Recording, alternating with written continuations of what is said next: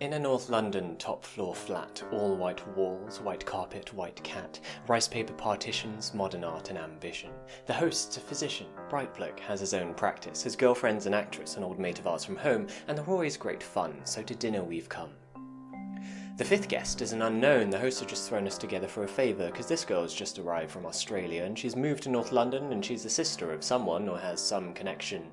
And as we make introductions, I'm struck by her beauty. She's irrefutably fair, with dark eyes and dark hair, but as she sits, I admit, I'm a little bit wary, for I notice the tip of the wing of a fairy tattooed on that popular area just above the derriere, and when she says, "I'm Sagittarian," I confess, a pigeonhole starts to form, and is immediately filled with pigeon when she says her name is Storm. Conversation is initially bright and light-hearted, but it's not long before Storm gets started. "You can't know anything. Knowledge is merely opinion," she opines over her Cabernet Sauvignon vis-a-vis some unhippily empirical comment made by me. Not a good start, I think. We're only on pre-dinner drinks, and across the room my wife widens her eyes, silently begs me, "Be nice." A matrimonial warning not worth ignoring, and so I resist the urge to ask Storm whether knowledge is so loose weave of a morning when deciding whether to leave her apartment through the front door or the window on her second floor. The food is delicious, and Storm, whilst avoiding all meat, happily sits and eats as the good doctor, slightly pissedly, holds court on some anachronistic aspect of medical history, when Storm suddenly insists, "But the human body's a mystery. Science just falls in a hole when it tries to explain the nature of the soul." My hostess throws me a glance. She, like my wife, knows there's a chance I'll be off on one of my rare but fun rants, but I shan't. My lips are sealed. I just want to enjoy the meal, and while Storm is starting to get my goat, I've no intention of rocking the boat, although it is becoming a bit of a wrestle because, like her meteorological namesake, Storm has no such concerns for our vessel. "Pharmaceutical companies are the enemy. They promote drug dependency at the cost of the natural remedies that are all our bodies need. They're immoral and driven by greed. Why take drugs when herbs can solve it? Why use chemicals when homeopathic solvents can resolve it? I think it's time we all return to live with natural medical alternatives." And try as I like, a small crack appears in my diplomacy dike. "By definition," I begin, "alternative medicine," I continue, "has either not been proved to work, or been proved not to work. Do you know what they call alternative medicine that's been proved to work? Medicine."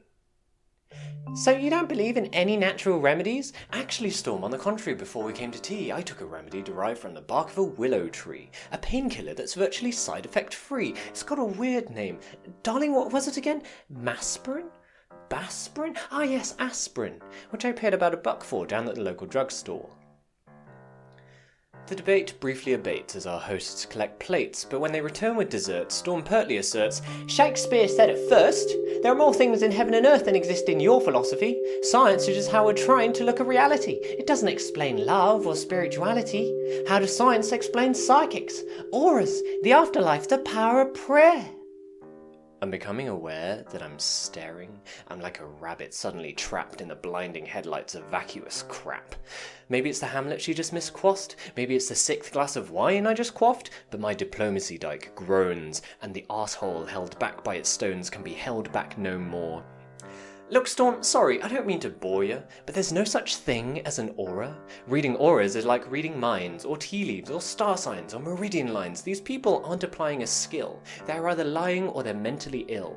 Same goes for people who claim they can hear God's demands, or spiritual healers who say that they have magic hands. By the way, why do we think it's okay for people to pretend that they can talk to the dead? Isn't that totally fucked in the head? Lying to some crying woman whose child has died and telling her you're in touch with the other side? I think that's fundamentally sick. Do we even need to clarify here that there's no such thing as a psychic? What are we, fucking two? Do we actually think that Horton heard who? Do we still believe that Santa gives us gifts, that Michael Jackson didn't have facelifts? Are we still so stunned by these circus tricks that we think the dead would want to talk to pricks like John Edward? Storm, to her credit, despite my derision, keeps firing off cliches with startling precision like a sniper using bollocks for ammunition. "You're so sure of your position, but you're just closed-minded. I think you'll find that your faith in science and tests is just as blind as the faith of any fundamentalist." Wow, that's a good point. Let me think for a bit. Oh wait, my mistake. That's absolute bullshit. Science adjusts its view based on what's observed. Faith is the denial of observation so that belief can be preserved. If you show me that, say, homeopathy works, then I will change my mind. I will spin on a fucking dime. I'll be embarrassed as hell, and yet I will run through the streets yelling, "It's a miracle! Take physics and bin it! Water has memory, and while its memory of a long-lost drop of onion juice seems infinite, it somehow forgets all the poo it's had in it." If you show me that it works and how it works, then once I've recovered from the shock, I will take a compass and I will carve "fancy that" on the side of my cock. Everyone's just staring now. But I'm pretty pissed and I've dug this far down, so I figure, in for a penny, in for a pound. Life is full of mysteries, yeah, but there are answers out there, and they're not going to be found by people sitting around looking all serious and saying, "Oh, isn't life mysterious? Let's just sit here and hope. Let's call up the fucking Pope. Let's go watch Oprah interview Deepak Chopra."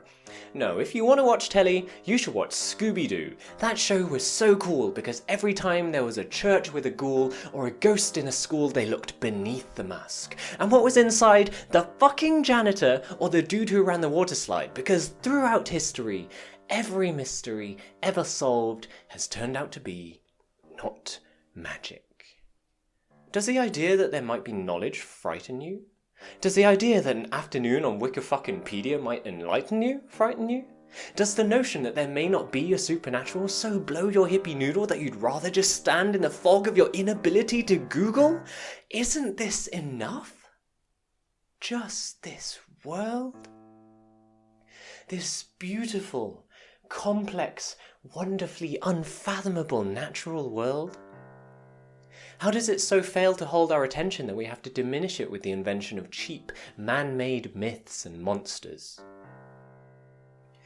If you're so into your Shakespeare, then lend me your ear. To gild refined gold, to paint the lily, to throw perfume on the violet is just fucking silly, or something like that. Or what about Satchmo? "I see trees of green, red roses too." And fine if you wish to glorify Krishna or Vishnu in a post-colonial, condescending, bottled up and labeled kind of way, then whatever, that's okay. But here's what gives me a hard-on. I am a tiny, insignificant, ignorant bit of carbon. I have one life, and it is short and unimportant. But thanks to recent scientific advances, I get to live twice as long as my great-great-great-great-uncles and aunts. Twice as long to live this life of mine. Twice as long to love this wife of mine. Twice as many years of friends and wine, of sharing curries and getting shitty at good-looking hippies with fairies on their spines and butterflies on their titties. And if, perchance, I have offended, then think but this, and all is mended. We'd as well be 10 minutes back in time for all the chance you'll change your mind.